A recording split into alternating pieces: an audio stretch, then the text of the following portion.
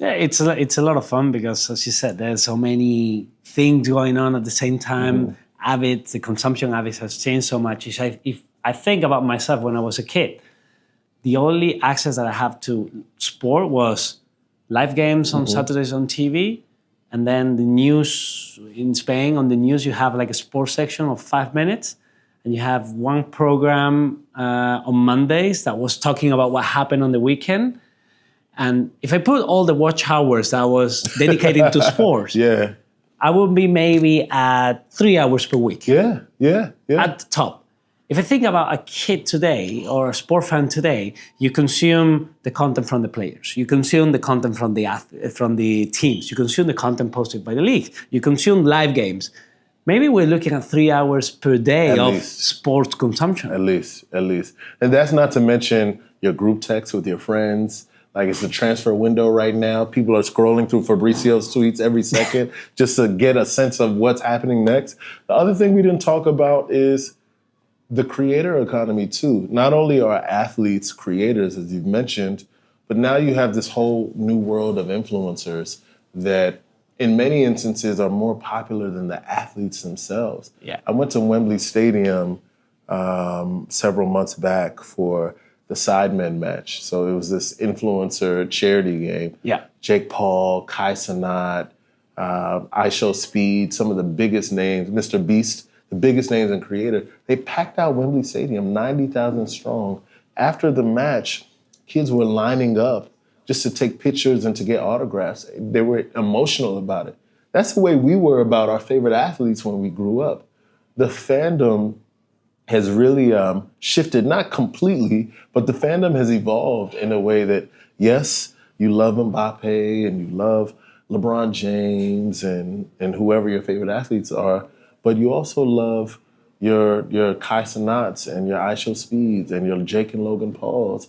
They carry just as much, if not more, influence than the athletes. That is wild. So if you're YouTube or TikTok or X or Snapchat, historically you've invested a lot of internal resources on servicing publishers, Premier League, the teams, the NBAs, the NFL.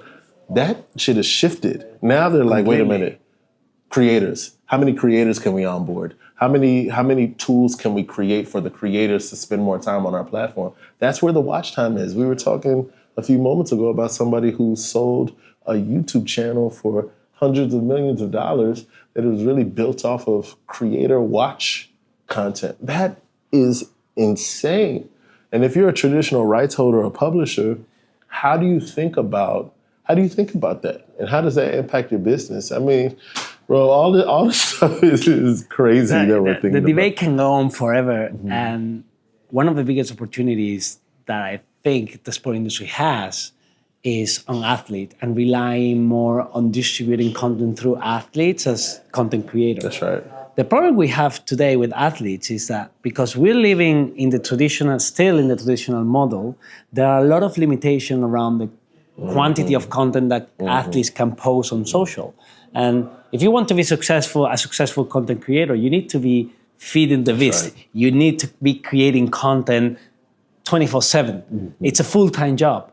But if you're an athlete, you cannot spend your full time creating content because you need to train, you need to travel with the team, you need to play your games.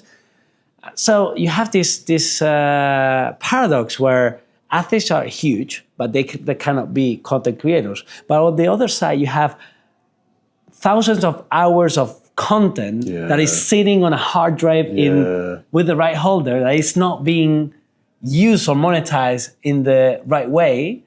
Because of the TV deals you have, you cannot use the athlete to distribute that content.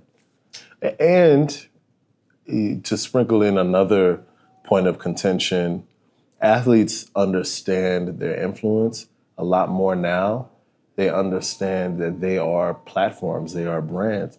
So now there's friction between the athlete and the club, because the club can say, hey, Kike, you're our star striker. Can you come to the facility and record 2 hours of content and we're going to monetize it? You could say, no, I'm not contractually obligated to do that. As a matter of fact, I'm going to do it on my own channels. What's the name of the brand?